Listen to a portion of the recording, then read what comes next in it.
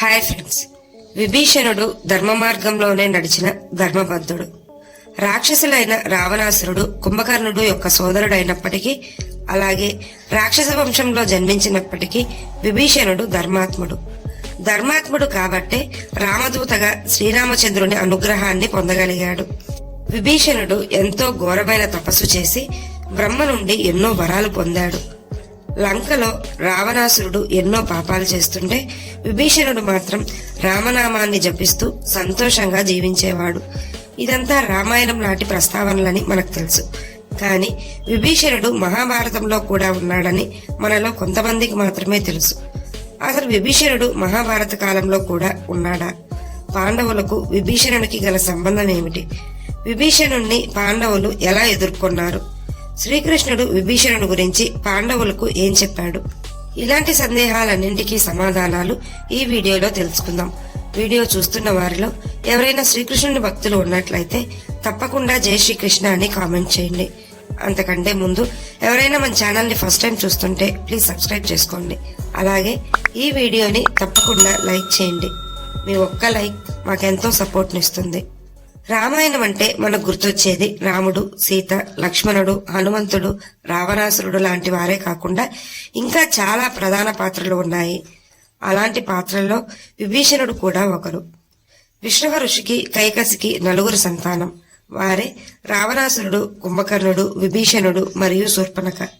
ఈ 4 విభీషణుడు మినహా అందరూ రాక్షసులే. విభీషణుడు మాత్రమే ధర్మాత్ముడు. రాక్షసుల మధ్య జన్మించి వారితో జీవించినప్పటికీ విభీషణుడు మాత్రం ధర్మ మార్గంలోనే నడుస్తూ సత్యాన్ని మాత్రమే పలికేవాడు. లంకా రాజ్యంలో రావణాసురుడు, కుంభకర్ణుడు చేసే అధర్మాలు తారాస్థాయికి చేరాయి. వారి ప్రవర్తనను విభీషణుడు హెచ్చరిస్తూనే వచ్చాడు. అయినా వారు ఏనాడు విభీషణుడి మాటలను లెక్క చేయలేదు. వారికి తెలియకుండా విభీషణుడు మాత్రం రామనామాన్ని జపిస్తూ ఉండేవాడు. విభీషణుడు బ్రహ్మకై 10 సంవత్సరాల పాటు ఘోరమైన తపస్సు చేసి 3 వరాలు పొందాడు. మొదటి వరం, ఎటువంటి శిక్షణ తీసుకోకుండానే తనకు అవసరమైనప్పుడు బ్రహ్మాస్త్రం ప్రయోగించగల శక్తిని వరంగా కోరాడు. రెండవ వరం, ఎలాంటి క్లిష్ట సమయాల్లోనైనా ధర్మ మార్గాన్నే నడిచేలా వరం కోరాడు.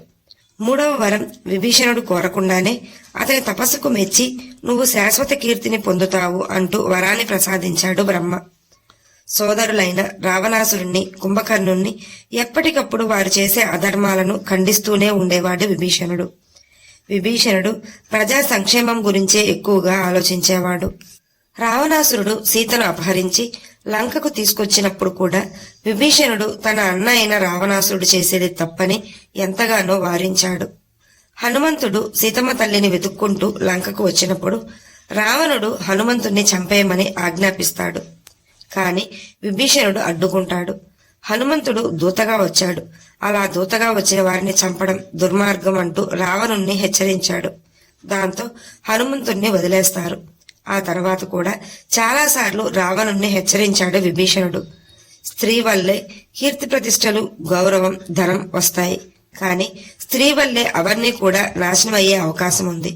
అందువల్లే పరస్త్రీ వ్యామోహంతో నువ్వు అపహరించి తీసుకురావడం ధర్మం కాదు. శ్రీరాముడు ఎంతో పరాక్రమవంతుడు. అలాంటిది అతడితో యుద్ధం నీకు సాధ్యం కాదు. అలాగే నీ అహంకారం వల్ల లంకారాజ్యంలోని ప్రజలను మరణించేలా చెయ్యొద్దు అంటూ హెచ్చరించాడు విభీషణుడు. రావణుడు విభీషణుణ్ణి ఎంతగానో అవమానించాడు. అందుకే విభీషణుడు రామదూతగా మారి శ్రీరామచంద్రుని అనుగ్రహం పొందాడు. తరువాత రామరావణ యుద్ధం జరిగి శ్రీరాముడు రావణాసురుణ్ణి సంహరించాడు. శ్రీరాముడే విభీషణుణ్ణి లంకారాజ్యానికి రాజును కూడా చేశాడు. అప్పటి నుండి విభీషణుడు లంకారాజ్యం సుభిక్షంగా ఉండేలా చూసుకున్నాడు. విభీషణుడు రామభక్తుడయ్యాడు. శ్రీరాముడు తన దేహాన్ని వదిలే సమయంలో విభీషణుడు కూడా అక్కడికి వెళ్తాడు. తాను కూడా ప్రాణత్యాగం చేయడానికి సిద్ధపడతాడు. కాని అందుకు శ్రీరాముడు అంగీకరించడు. ధర్మాత్ముడైన నీవు లంకారాజ్యంలోని ప్రజలు ఎంతకాలం జీవించి ఉంటారో అప్పటి వరకు నీవు జీవించే ఉంటావు అంటూ విభీషణునికి వరం ప్రసాదిస్తాడు శ్రీరాముడు. అందుకే విభీషణుడు ఇప్పటికీ బ్రతికే ఉన్నాడని చెప్తుంటారు.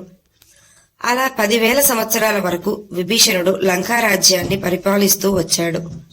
ఆ తర్వాత ద్వాపర యుగం కూడా మొదలైంది. ద్వాపర యుగంలో శ్రీ మహావిష్ణువే శ్రీకృష్ణుడిగా జన్మించాడు. ధర్మ సంస్థాపన కోసం అవతార పురుషునిగా జన్మించాడు. మహాభారత కాలంలో పాండవులలో పెద్దవాడైన ధర్మరాజు రాజసూయ యాగం చేయాలని నిర్ణయించుకుంటాడు. ఈ రాజసూయ యాగం కురుక్షేత్ర యుద్ధంకు ముందు అన్నదమ్ములందరూ కలిసి చేశారు. రాజసూయ యాగం సమయంలో తన సోదరులైన భీముడు, అర్జునుడు, నకులుడు, సహదేవులను నలుగురిని 4 దిక్కులకు వెళ్లేలా ధర్మరాజు సూచిస్తాడు. ఆ దిక్కులలో ఉన్న రాజ్యాలకు వెళ్లి రాజును ధనం అడిగి ఒకవేళ ఇవ్వకపోతే వారితో యుద్ధం చేసి ధనాన్ని తీసుకురమ్మని ధర్మరాజు తన సోదరులను పంపిస్తాడు. శ్రీకృష్ణుని సలహా మేరకు భీముణ్ణి తూర్పు దిక్కుకు, అర్జునుణ్ణి ఉత్తరం దిక్కుకు, నకులుణ్ణి పడమర దిక్కుకు, సహదేవుణ్ణి దక్షిణ దిక్కుకు చతురంగ బలాలతో పంపిస్తాడు ధర్మరాజు. ఆ సమయంలో శ్రీకృష్ణుడు పాండవులకు విభీషణుని గురించి ఎంతో గొప్ప ధర్మజ్ఞుడని వివరిస్తాడు. కాబట్టి అతని రాజ్యానికి వెళ్ళినప్పుడు అతనితో గౌరవంగా మెలగమని సూచిస్తాడు. భీముడు, జరాసంధుల మధ్య ఘోర యుద్ధం జరుగుతుంది. ధర్మరాజు అంగీకారంతోనే శ్రీకృష్ణుడు, అర్జునుడు, భీముడు మారువేషాలు ధరించి యుద్ధభిక్ష పెట్టమని జరాసంధుని కోరతారు. భీమునికి జరాసంధునికి మధ్య యుద్ధం జరుగుతుంది. భీముడు జరాసంధుణ్ణి వధిస్తాడు. దక్షిణ వైపుగా వెళ్తున్న సహదేవుడు అన్ని రాజ్యాలను జయిస్తూ కావలసిన ధనాన్ని సమకూర్చుకుంటూ ముందుకెళ్తుంటాడు. అలా ముందుకు వెళ్తూ వెళ్తూ సముద్ర తీరం చేరుకుంటారు. సహదేవునితో పాటు ఘటోత్కచుడు కూడా వచ్చి ఉంటాడు. భీమసేనుని కుమారుడే ఘటోత్కచుడు. ఘటోత్కచుడు ఎంతో శక్తివంతుడు, పరాక్రమవంతుడు. సముద్ర తీరం దాటితే అక్కడున్న రాజ్యం లంకారాజ్యం.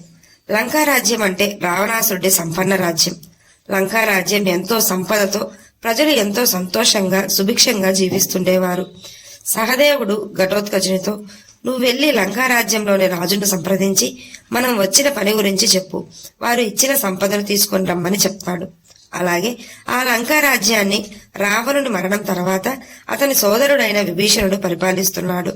ఆనాటి నుండి ఈనాటి వరకు విభీషణుడే పరిపాలిస్తున్నాడంటూ ఘటోత్కచునికి చెప్తాడు సహదేవుడు. కురుక్షేత్ర యుద్ధంకు ముందు రాజసూయ యాగం జరిగింది. అందుకే ఘటోత్కచుడు కూడా అందులో భాగమయ్యాడు. ఘటోత్కచుడు తన మాయాశక్తులతో లంకారాజ్యం చేరుకుని విభీషణుడికి పాండవుల గురించి, శ్రీకృష్ణుడి గురించి అన్ని వివరిస్తాడు. ధర్మరాజు చేసే రాజసూయ యాగం గురించి వివరిస్తాడు. విభీషణుడు ధర్మాత్ముడు. అందుకే యాగానికి కావాల్సిన దానికంటే ఎక్కువ ధనరాశులను ఇచ్చి పాండవులకు పంపాడు. రాజసూయ యాగానికి విభీషణుడు కూడా హాజరై పాండవులను మొదటిసారిగా విభీషణుడు కలుసుకున్నాడు. విభీషణుడు ఈనాటికి బ్రతికే ఉన్నట్లు చాలా కథనాలు వెలువడ్డాయి. ఈ వీడియో మీకు నచ్చినట్లయితే లైక్ చేయండి, షేర్ చేయండి, అలాగే సబ్స్క్రైబ్ చేసుకుని పక్కనే ఉన్న బెల్ ఐకాన్ని ఆన్లో ఉంచుకోండి. Thanks for watching.